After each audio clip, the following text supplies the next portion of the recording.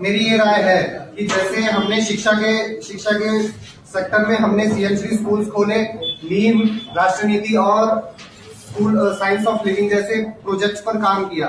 साथ ही शिक्षा के लिए बड़े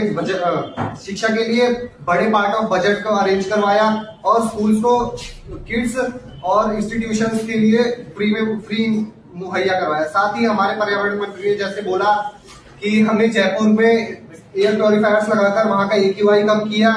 साथ ही हम सस्ते एयर प्योरीफायर्स के स्टार्टअप्स को भी मदद कर रहे हैं। दिल्ली और अर्बन एरियाज जैसे सेक्टर्स में वाटर स्प्रिंकलर व्हीकल्स जो है दिन रात तैनाती से वहां काम कर रही है। साथ ही हमने पर्यावरण सेक्टर में भारत के कई राज्यों के कई जंगलों को सुरक्षित किया है। साथ ही रिजर्व फॉरेस्ट की गिनती बढ़ाई है। वाइल्ड एक्शन एक्ट पे जोर दिया है। टाइगर रिजर्व की भी जो गिनती है हमारे देश में अब बढ़ गई है। साथ ही स्कूल में बच्चों को पेड़ लगाने के लिए भी जोर दिया गया है।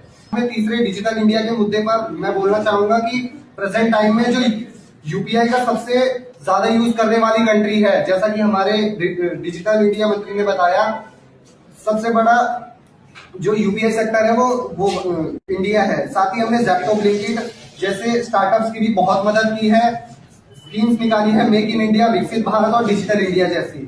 साथ ही हमने एआई के सेक्टर में भी बहुत काम किया है और आपको डिजिटल इंडिया जैसी वेबसाइट, जैसे आज किसी भी सेक्टर में आपको जाना हो, जैसे आप स्कूल्स वगैरह के लिए भी मतलब हमें अगर रीच करना चाहे तो वो सब भी डिजिटल हो गया है। हम सब जितनी भी सरकारी वेबसाइट्स हमने बना दी हैं।